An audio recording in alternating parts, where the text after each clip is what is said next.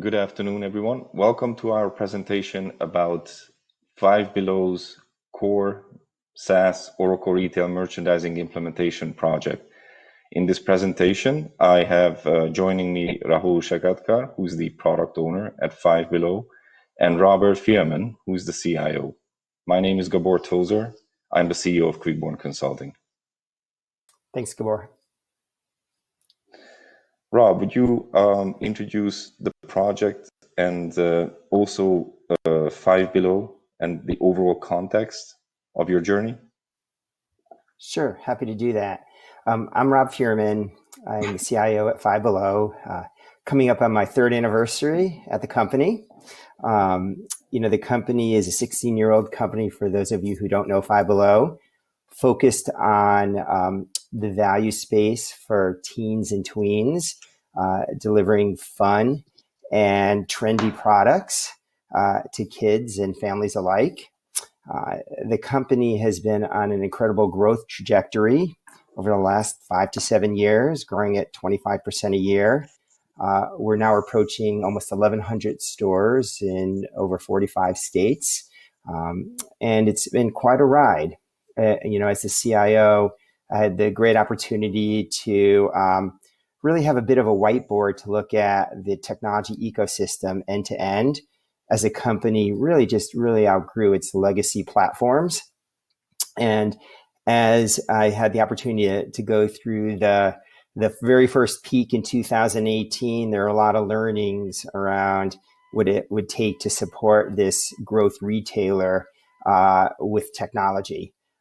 There are a few things to really note, that even though most retailers all believe they have uniqueness that contributes to their needs in technology, there are some real learnings around Five Below's business model that really informed what it would take to build a technology roadmap.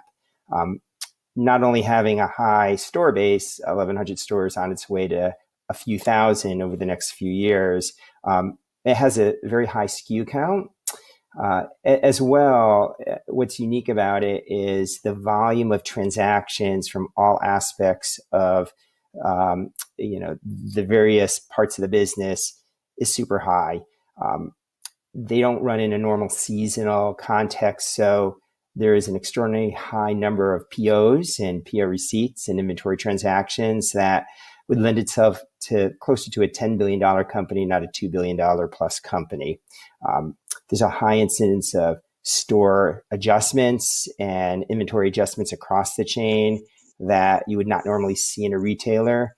And given the low price point, just a high sales transaction volume. So the sheer volume of information flowing through our technology ecosystem really brought the business to its knees in the peak of 2018. And our legacy batch-oriented systems just cannot support the SLAs the business needed to operate.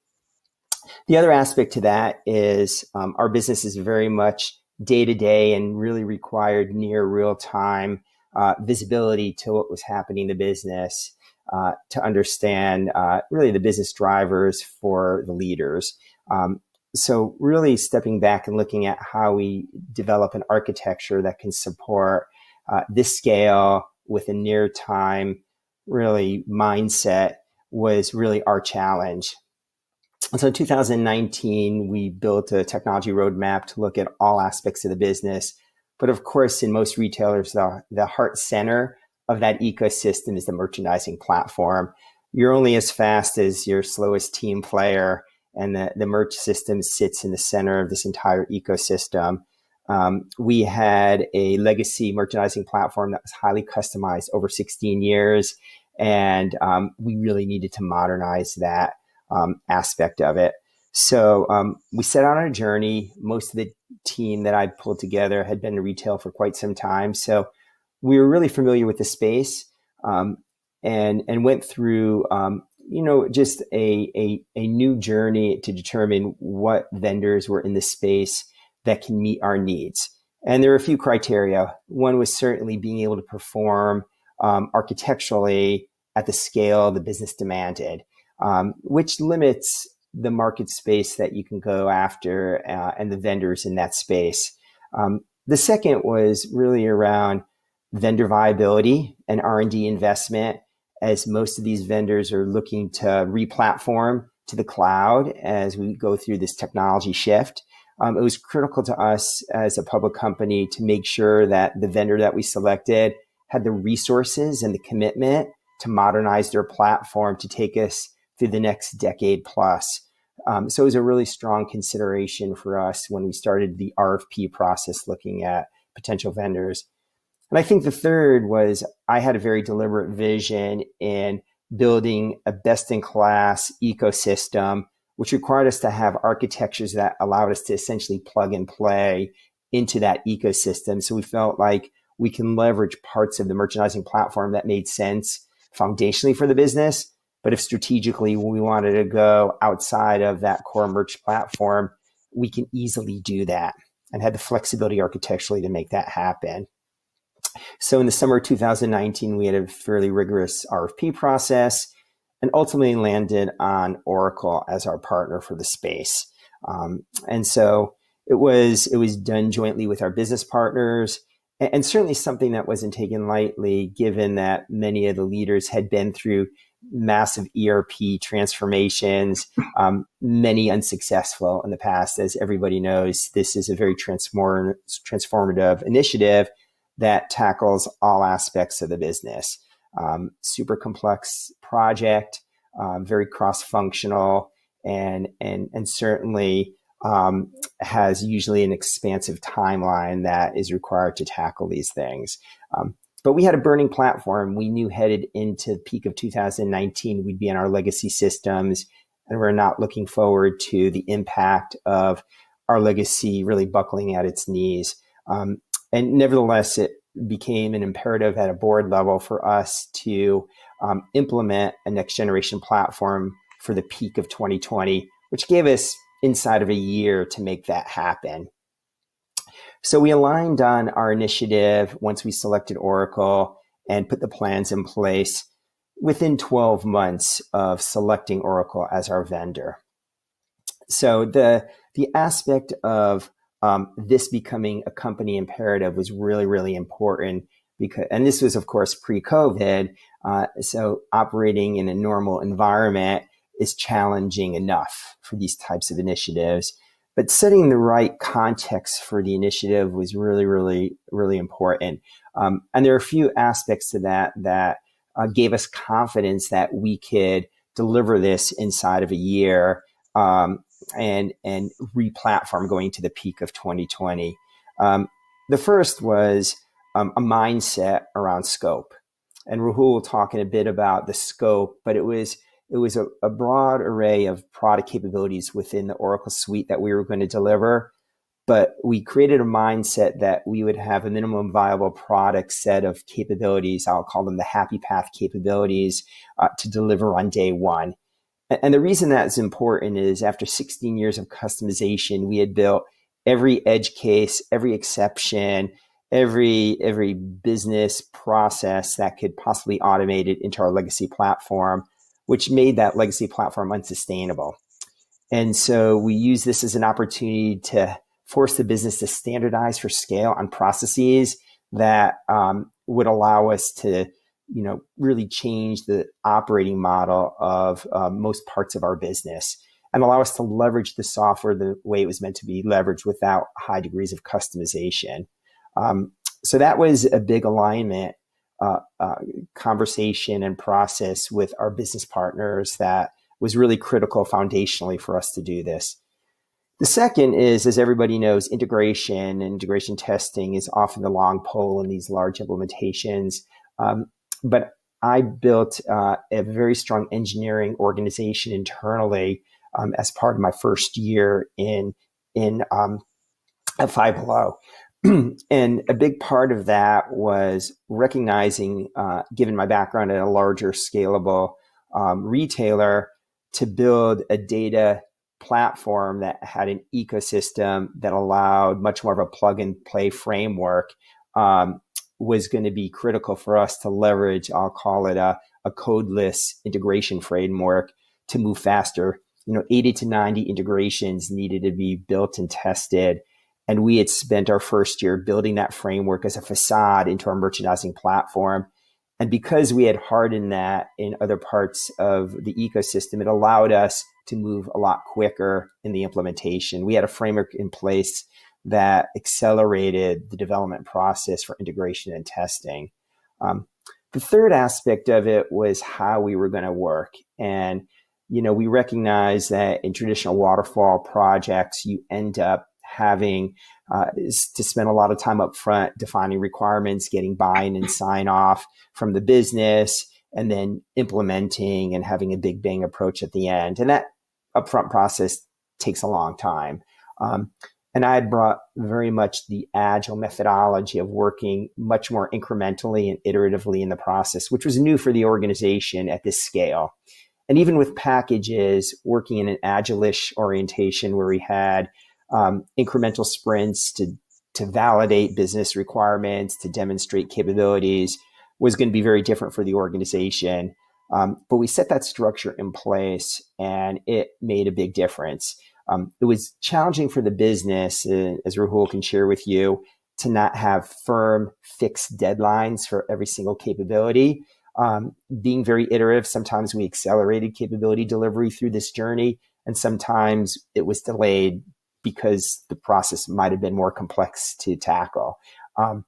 And so that was a new mindset, but it allowed us to validate capabilities, get feedback from the business, uncover edge cases where it required dialogue to change the process to be supported by the applications itself. So just how we worked made a difference.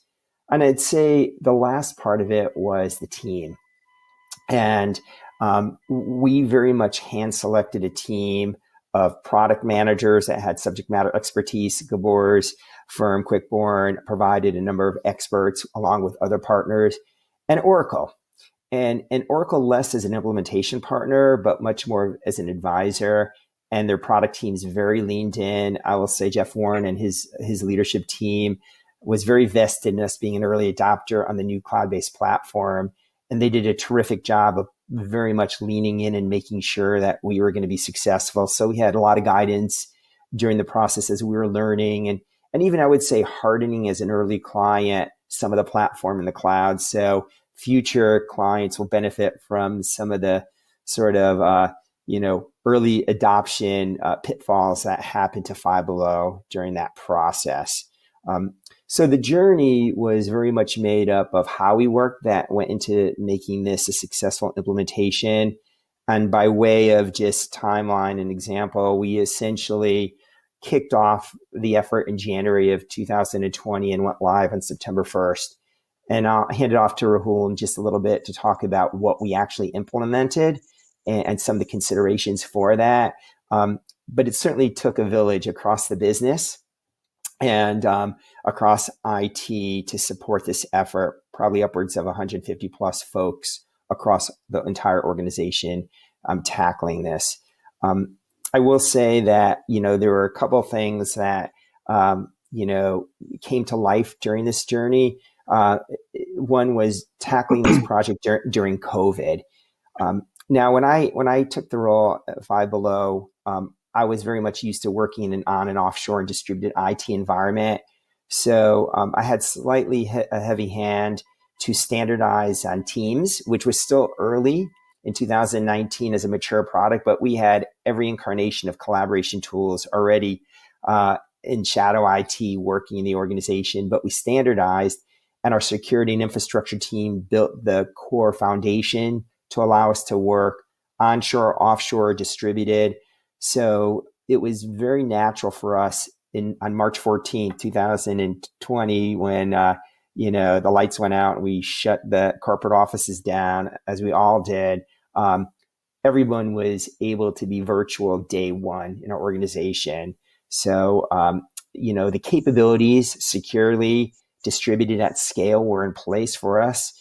And then it really came down to the norming of us collectively working in workshops, design sessions, conference room pilot, all those team activities as we all learned to norm on Zoom and Teams during this journey were really, part of the fun of the project. A lot of humor went into, all of those sessions and meetings, and a lot of learnings along the way, and the teams adopted. It was very helpful that our leaders recognized that this was going to require a lot of change management. So they coughed up the budget, which often doesn't happen, to do proper change management and communications, as opposed to just shoulder to shoulder retraining. So they also took on the responsibility of helping us norm in our rituals around design and conference room pilot and testing. So there's an added benefit of just the change management component in our initiative to make this happen. So I'm just going to pause there and hand it over to Rahul. And certainly, Gabor, you can ask him a bit more about what we delivered and some of the learnings from that delivery. I think it's valuable for the group to hear that firsthand. Absolutely. Thank you, Rob. That was a very comprehensive recap of the entire context. Thank you for that.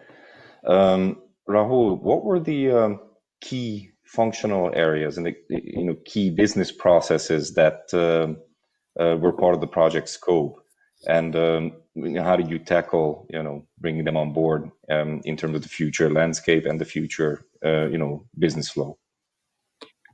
Yeah, I think I just want to add one quick point. I think as Rob kind of highlighted, the project was definitely constrained on our legacy platform, and the timeline was very critical for us to kind of achieve the deliverable of the entire end-to-end solution.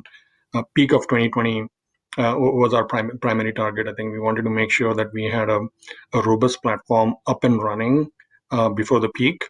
And the other challenge, right? I think 5 below business processes are a bit complex.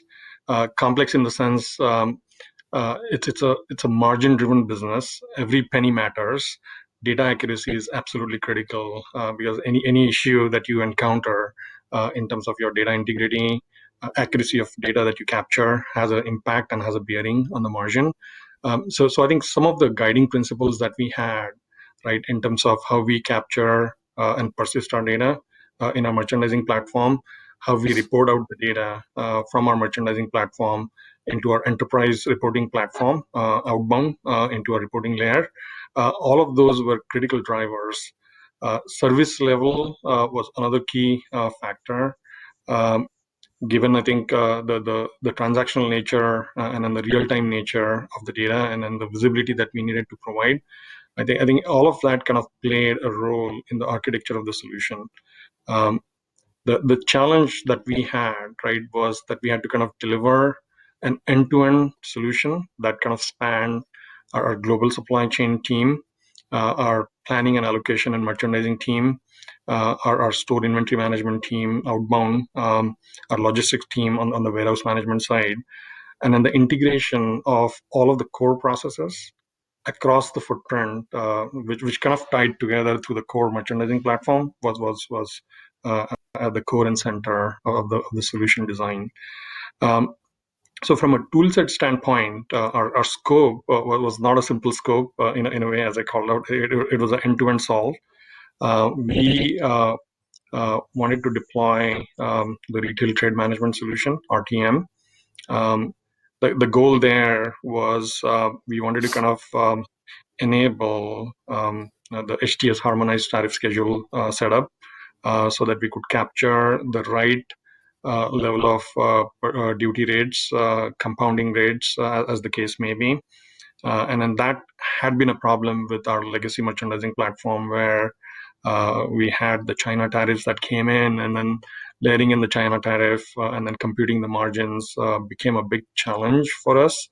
And then that's why I think it was one of the core driver to make sure that we captured the right HTS, right shipment expenses as well. Because again, shipment expense calculation for import particularly, right? I think from different ports going out to different discharge locations, I think we did not have a mechanism in the past to compute that calculation in an effective way.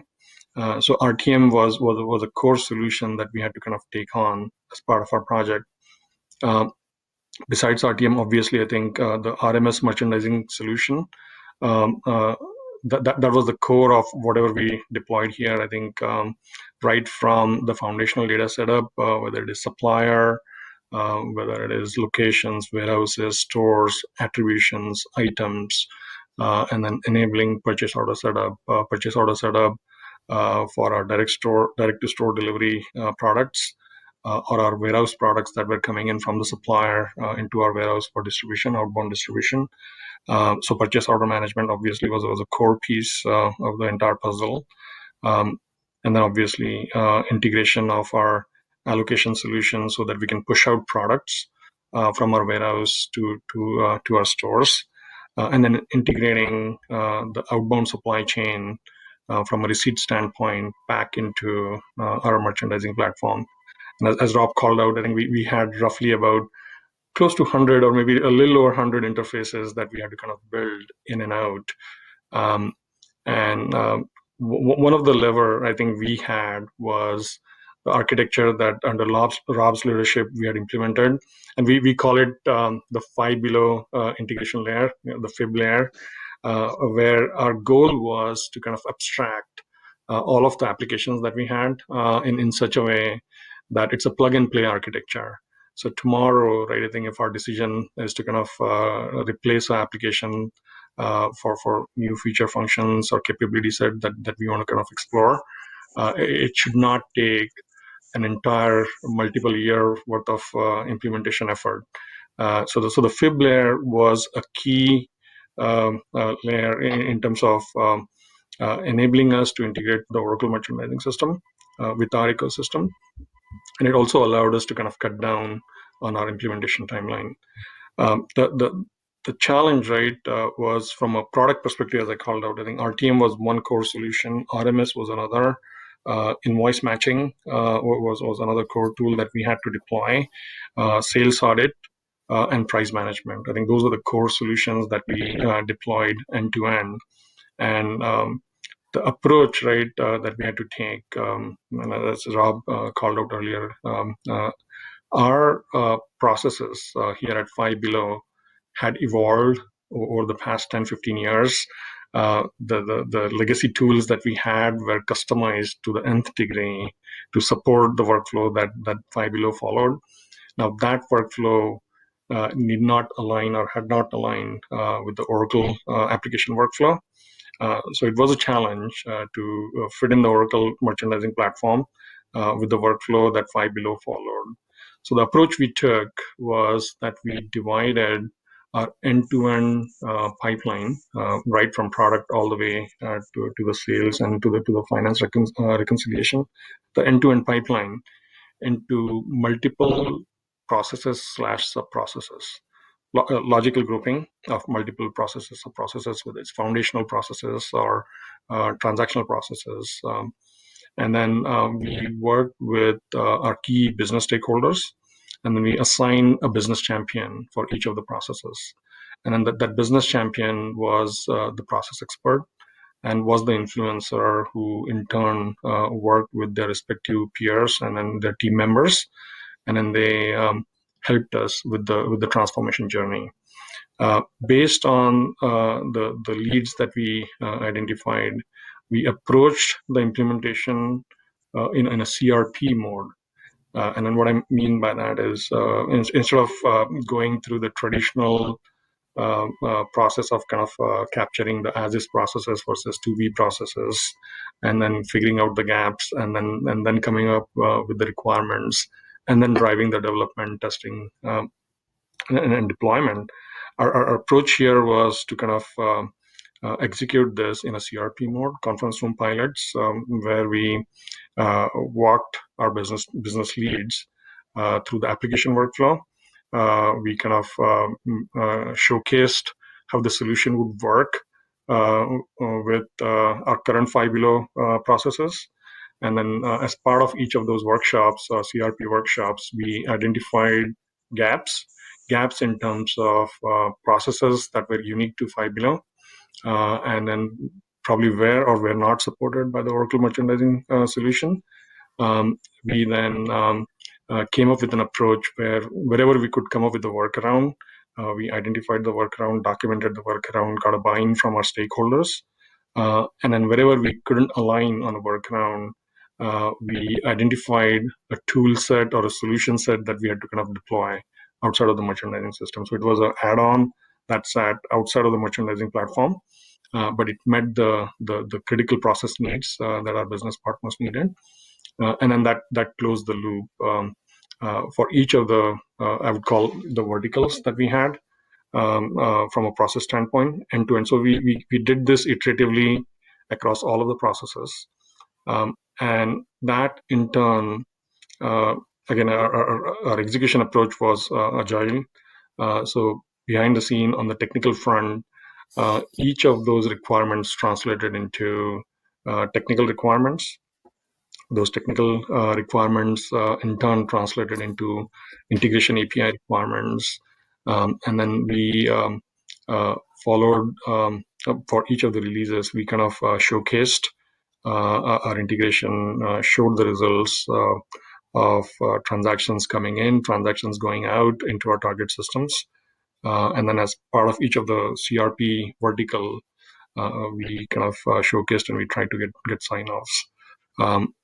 And of course, I think once each of those verticals were kind of reviewed and signed off, our goal was also to kind of make sure that we validate the entire solution end-to-end by conducting a end-to-end test cycle. And that was a massive undertaking where we had to kind of come up with the right test scenarios, test cases, use cases based on some of the exceptions that we heard from our business partners. We leveraged our end-to-end testing to also conduct our UAT testing with our stakeholders. And then we kind of extended our UAT as well to leverage the data, leverage the screen workflow to run our change management processes as well.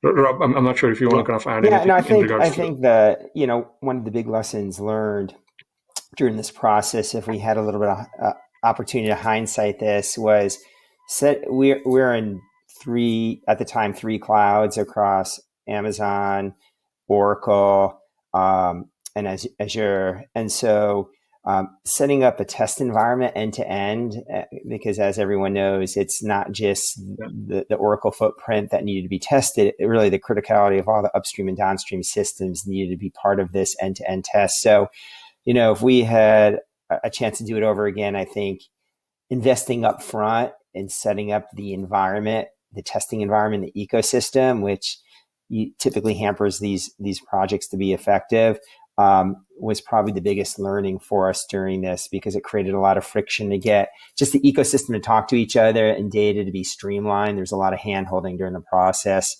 and bubblegum and rubber bands holding it together behind the scenes to make sure transactions can flow end to end and validate that our end to end systems would work in production. So, and I think Rahul made a really great call out that building trust in the data was a big part of the sign off.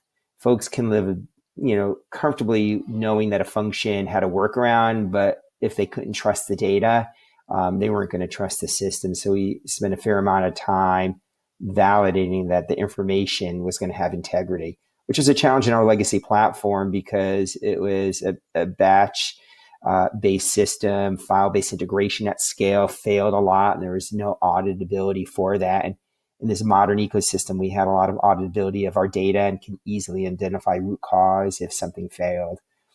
So, a big part of our effort was spent setting up the testing environment and the testing conditions to be successful. Excellent, thank you. In hindsight, have there been any additional challenges encountered during either the project or the transition or the adoption of these processes? And what were the solutions? You mentioned already some of the key learnings that if you went back, you would do slightly differently. Were there some additional points? I'd say there's a few things. The only other real gotcha is probably in May, we had made an assumption around how data would be loaded and extracted for our downstream systems into Oracle. And the Golden Gate data platform that is replicated to support data out of Oracle in a cloud-based environment was not part of our strategy. And it wasn't clear to us when we signed the deal with Oracle that that was a big part of Oracle's only strategy. And so we felt those who've had Oracle in a licensed model that we can use RIB and we can have access to the data anytime we wanted it was not the case. And so we had to pivot pretty quickly to spin up that environment and have a learning curve. Luckily, we had partners like Gabor to help us accelerate that, who had experience with that. And so that was just lesson learned of working in a cloud environment. The other piece of this is we have a DevOps model to support our applications. And, one of the learnings is just because it's in the cloud doesn't mean it's turnkey. I would argue that almost the same amount of work and attention needs to be had by the engineering and the application teams to support a merchandising platform, whether it was licensed or in the cloud. And though we're not worried about the hardware, we're worried about throughput and configuration and monitoring performance at our volume. But there's a fair amount of interaction with the Oracle support team that needs to happen. A lot of automation, visibility, and handholding nightly in our ecosystem. So, organizations can't underestimate the effort to support this ecosystem around merchandising just because it's cloud. And so that was another big part of the learning. And then really we did flip the switch on September 1 per plan. And of course, the onslaught of the real world of production hit us. And we expected to have maybe 30 days of core hardening. We were confident, given this was a cloud platform, things would work as planned. And really it turned out that our production environment did not mirror the staging environment that we had. And it took us 4 to 6 weeks to get the tuning in place with Oracle as a partner to get our near real-time vision met and not impact, our daily business. So there was a fair amount of disruption to the business in those first 6 weeks. And then lo and behold, we hit mid-October and our SLAs just increased dramatically. It just took us 6 weeks to get a handle on the production beast that we set loose. And Oracle did a great job on call 24/7. A big part of our 6 weeks was, data conversion and cleanup of things that were missed, things that, were behaved differently in both systems, edge cases we didn't test for. And so there's a fair amount of managed chaos happening in those first 6 weeks. But we went into peak of 2020 with a record peak, as a lot of retailers found that to be the case. And the promise of the Oracle platform as an architecture and a scalable one was exceeded, actually. So super pleased with the platform meeting our expectations. The one area that was a little bit more challenging is we were, I believe, one of the first clients on their invoice match capability, which is a new product. And so a fair amount of bugginess we had to work through. Our finance partners weren't as happy as other partners in the business. And, Oracle worked quickly to help us remediate some of the issues that we had there. And since we've gone live, there's been really a sprint to add on all the other scope that was not part of our minimum viable product. So we are still working in biweekly sprints to deliver capabilities. A lot of it is around the reporting capability and providing visibility to the data that we just didn't have time to spin up. And every sprint that goes by, the business gets more and more capabilities. Our ability to accelerate the rollout of on the Oracle platform of new capabilities is much faster now that the base foundation is in place. I know, Rahul, if you want to comment on any specifics around that. Yeah, I agree, Rob. I think one thing to highlight, right? I think the partnership that we have built with the CSM team and the AMS team is at the core of our success, right? I think it's a managed service solution, but at the same time, I think Five Below, based on the operating model that we've chosen, we've taken ownership of the overall end-to-end solution. from a data standpoint, from a transactional quality standpoint, from a control standpoint. And this is where I think we work pretty closely with the MS team, the Oracle support team. And I do want to highlight, I think, the way they operate and then the way they react to our questions and then our needs. I think that's commendable. The other point I want to call out, right? I think as Rob called out, our focus was to deploy the MVP capabilities. The Oracle platform, right? It's a pretty mature platform, I think, in terms of feature functions that it has. And then Five Below has plans to kind of leverage the other functionality at some point. So our work effort for 2021 is designed in such a way that we're going to tap into those additional feature functions, and then we're going to deploy them in a slow paced approach for this year, and then get the platform stabilized.